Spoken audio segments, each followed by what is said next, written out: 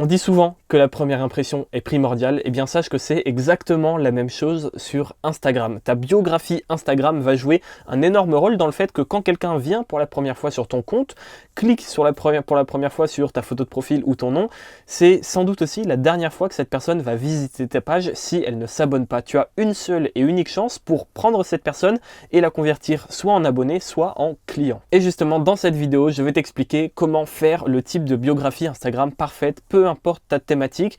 Je vais t'expliquer étape par étape, ligne par ligne, ce que tu dois mettre pour avoir une biographie qui a du sens et surtout une biographie qui convertit. Alors je t'ai parlé de clients, tu te dis peut-être que c'est un petit peu bizarre si tu me découvres, mais je te le rappelle, moi je t'apprends pas juste à avoir plus d'abonnés pour te la péter au lycée.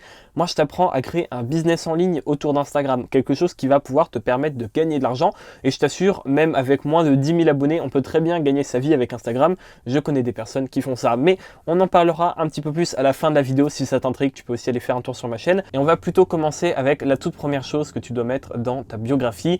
Je vais essayer de faire en sorte que cette vidéo soit la plus courte et efficace possible, que tu en retires un maximum de valeur. Et si tu as des questions, je te rappelle que j'essaie de répondre à tous les commentaires, ou du moins au plus de commentaires possible. Donc vraiment, n'hésite pas à me les poser juste en dessous. La première chose qui va être importante dans ta biographie Instagram, c'est évidemment ton nom. Pourquoi? Parce que le nom, c'est quelque chose qui saute aux yeux, ça va être écrit en gras, ça donne un petit peu la couleur. Et surtout, le plus important dans tout ça, c'est que le nom, c'est le seul élément qui va apparaître dans les résultats de recherche. Alors, on est d'accord, Instagram, c'est pas un moteur de recherche comme Google ou comme YouTube par exemple. Tu vas pas acquérir des tonnes de fans et des tonnes d'abonnés comme ça, mais il n'empêche que c'est quand même assez important. Et donc, quand tu vas devoir choisir ton nom, prends bien en compte que les mots qui seront dedans, alors je te parle pas du arrobase et ton pseudo, je te parle vraiment du nom que tu auras dans ta biographie qui sera écrit en gras, et là tu peux le changer, tu peux mettre ce que tu veux. Il faut bien comprendre que les mots-clés qu'il y aura là-dedans pourront être cherchés et trouvés évidemment par les personnes qui vont passer par l'outil de recherche d'Instagram. Et si tu es dans une niche assez précise, ça peut te permettre d'acquérir une petite partie de ton audience. Ah oui, je t'ai pas dit, tout au long de cette vidéo, je vais créer en même temps une biographie avec toi et je vais te le montrer. J'ai fait un compte test hop que tu peux voir juste ici. Alors je vais t'afficher directement les captures d'écran à l'écran, ce sera plus simple. Mais comme ça, je vais pouvoir faire un exemple très concret de ce que je fais en même temps que toi. Donc là, j'ai pris l'exemple de quelqu'un qui s'appellerait Lucas et qui voudrait être coach sportif. Donc qu'est-ce que j'ai mis dans son nom? Tout simplement, j'ai mis Lucas, plus loin, coach sportif. C'est important d'avoir un élément personnel, pas juste marqué coach sportif ceci ou coach sportif cela. Avoir quand même un nom, un prénom, ça permet aux gens de se rattacher à une personne derrière, parce que sur Instagram, le plus simple, c'est quand même de développer une marque et tout un business autour de ta personne. Donc, mettre ta personne au centre de ta marque. Mais voilà, c'est important d'avoir un bon mélange entre les éléments personnels et les éléments que les gens vont pouvoir chercher et trouver. Là, par exemple, quand les gens vont taper coach sportif dans leur barre de recherche, ce compte-là pourrait apparaître. Alors que si j'avais juste mis le prénom Lucas ou le prénom et le nom de famille, eh bien mine de rien, il y aurait personne qui l'aurait découvert de cette manière. Le deuxième élément hyper important de ta biographie, c'est ta mission. Alors on peut aussi appeler ça le positionnement pour être un petit peu plus technique, mais en gros, c'est ton pourquoi, à quoi tu sers, quelle est ta mission, quel est l'objectif que tu as avec ton compte et derrière avec ton business. Cette phrase, une fois que tu l'auras trouvée et qu'elle sera vraiment bien faite, elle va permettre trois choses. Premièrement, elle va permettre d'expliquer en quoi est-ce que tu es différent de toutes les autres personnes dans ta thématique. Dans l'exemple que je vais reprendre juste après pour te montrer, expliquer en quoi est-ce que Lucas est un coach sportif différent de tous les autres. La deuxième chose, c'est que ça va expliquer à tout le monde le plus brièvement et simplement possible qu'est-ce que les gens vont pouvoir retirer comme valeur, qu'est-ce qu'il y a pour les gens dans le contenu que tu proposes. Et troisièmement, ça va te permettre de filtrer les personnes qui sont curieux, qui sont intéressées par ta thématique de manière globale et les personnes qui sont vraiment ciblées très précisément par ton positionnement. Si on prend l'exemple du compte que j'ai créé pour cette vidéo, la phrase type c'est quoi? C'est j'aide les femmes enceintes à rester en forme. Donc cette phrase, elle donne quoi? Elle explique que c'est pas juste un coach sportif, mais c'est un coach sportif qui se spécifie dans le fait d'accompagner les femmes qui sont enceintes à continuer de faire du sport, à garder la ligne, à rester en forme malgré leur grossesse. Donc ça explique déjà en quoi est-ce qu'ils se différencient.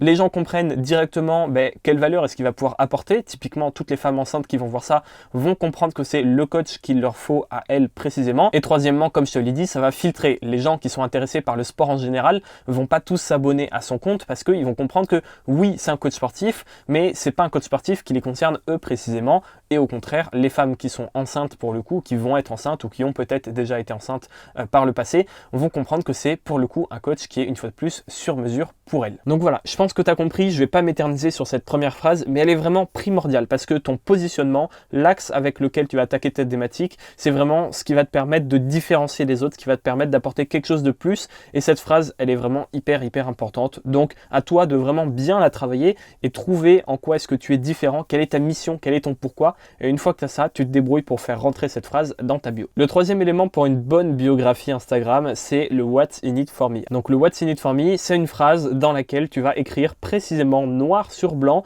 qu'est-ce que les gens vont pouvoir retirer de ton contenu. Parce que si tu leur donnes envie de recevoir ce contenu, si tu leur montres pourquoi est-ce qu'ils ont intérêt de suivre ce contenu et de s'abonner parce que tu leur montres la valeur qu'ils vont pouvoir en retirer tout simplement, ben là ils vont être beaucoup plus à même de s'abonner. C'est beaucoup plus efficace de leur donner une bonne raison, de leur donner envie de s'abonner plutôt que de leur dire abonne-toi pour gagner un concours ou quoi que ce soit d'autre. Là vraiment tu leur montres exactement ce qu'ils vont avoir. S'ils sont pas intéressés, ils s'abonnent pas et tant mieux parce que le but c'est pas d'avoir le plus d'abonnés possible. Le but, c'est d'avoir des gens qui suivent vraiment ton contenu et qui apprécient ton contenu et qui sont hyper engagés.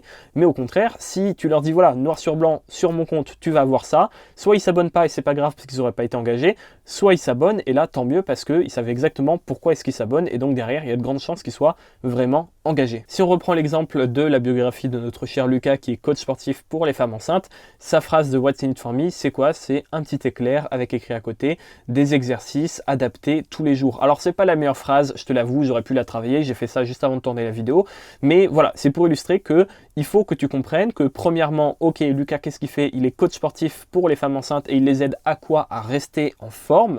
Et deuxièmement, il dit exactement, concrètement, qu'est-ce que les gens vont pouvoir trouver sur son compte, à savoir des exercices adaptés tous les jours. Donc les gens savent très bien que s'ils veulent des exercices adaptés tous les jours pour rester en forme et qui concernent les femmes enceintes, ils vont s'abonner directement. Donc là, une fois que tu as fait ça, les gens comprennent qui tu es, ils comprennent quelle est ta mission, ils comprennent aussi ce que tu vas donner sur ton compte Instagram. Donc, entre guillemets, le job, il est déjà fait. C'est-à-dire que si les gens sont intéressés par ton contenu et veulent s'abonner, si tu es bien ciblé, si tu as un positionnement bien précis, soit les gens se sont abonnés, soit ils ne sont pas abonnés et la bataille est un petit peu déjà faite, entre guillemets. Mais il y a un dernier élément de la biographie qui est hyper important, ça va être ton appel à l'action. Alors, l'appel à l'action, c'est quoi? C'est clique sur ce lien. Abonne-toi, like mon dernier post, envoie-moi un DM. Tout ça sont différents types d'appels à l'action que tu vas pouvoir faire sur ton compte Instagram, mais je tiens à te mettre en garde, il faut en choisir qu'un seul. Si tu dis aux gens de faire ci et ça et ci et ça, ils vont rien faire. C'est comme sur une vidéo YouTube, si je te dis like, commente, abonne-toi, partage la vidéo, c'est trop d'informations et au final les gens ils font rien du tout. Alors que si tu te spécifies sur un seul appel à l'action, du genre demande-moi, pose-moi une question en commentaire ou je te demande juste une chose, c'est de partager cette vidéo à un ami ou juste une chose, c'est de mettre un like, les gens ont beaucoup plus de chances de le faire tout simplement. Donc l'appel à l'action, la première chose c'est qu'il faut qu'il n'y en ait qu'un seul qui soit vraiment ciblé là-dessus et sur rien d'autre. Et la deuxième chose c'est que c'est le meilleur moyen de rediriger vers ton lien en description. Et ce lien, tu peux l'amener vers ce que tu veux, tu peux l'amener vers tes produits, tu peux l'amener vers tes coachings, tu peux l'amener vers tout un tas de choses différentes ou bien tu peux ne pas avoir de lien et avoir un appel à l'action qui est juste de s'abonner, même si au final ça n'a pas beaucoup de sens de demander aux gens de s'abonner parce qu'avec ce qu'ils ont lu avant, s'ils sont intéressés, normalement ils l'ont déjà fait. Mais moi tu le sais très bien, je suis là pour t'apprendre à créer un business sur Instagram. Et qui dit business dit offre, il faut que tu aies quelque chose à vendre, j'en ai déjà parlé dans plein de vidéos. Et pour moi, l'appel à l'action et le lien dans ta bio Instagram, c'est vraiment la voie royale pour faire ça parce que tous tes abonnés vont le voir assez fréquemment dès qu'ils vont cliquer sur ton post. Tous les gens qui viennent pour la première fois, ils vont le voir aussi.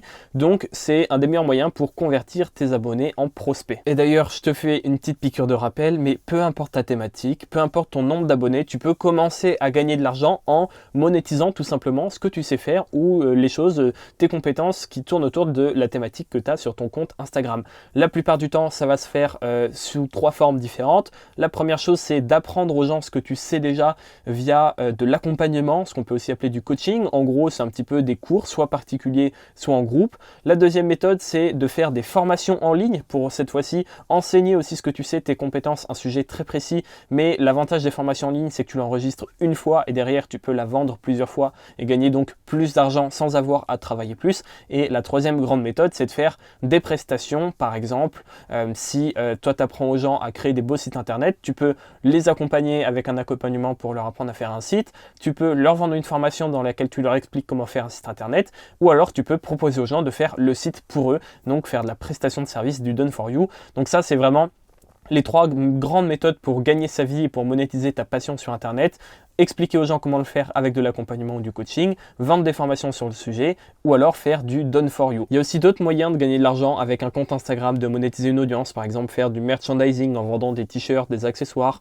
faire des collaborations, des partenariats avec des marques, utiliser un système d'affiliation également, mais je t'assure, rien n'est plus rentable que de monétiser tes propres compétences avec des formations, de l'accompagnement ou du done for you. Donc si on reprend notre exemple de notre cher Julien qui est coach sportif pour les femmes enceintes, tu peux voir que son appel à l'action, c'est quoi? C'est clique sur le lien pour réserver ton coaching. Ça, c'est clair, c'est net, c'est efficace. Et je t'assure qu'avec ça, même s'il a quelques centaines, voire quelques milliers d'abonnés, ça lui suffira largement pour gagner sa vie. Parce que quand tu vends tes propres produits, au final, tu n'as pas besoin d'avoir des si gros volumes de vente que ça, comparé à du merch ou de l'affiliation où tu vas gagner quelques euros à chaque fois. Alors si tout ça, c'est du chinois pour toi, je t'invite à cliquer sur cette vidéo dans laquelle j'explique pourquoi la majorité des gens sur Instagram ont la mauvaise stratégie pour gagner de l'argent avec leur audience, et je t'explique comment le faire de manière éthique, en prenant du plaisir et surtout en apportant de la valeur aux gens. Je te laisse cliquer dessus et je te dis à la prochaine.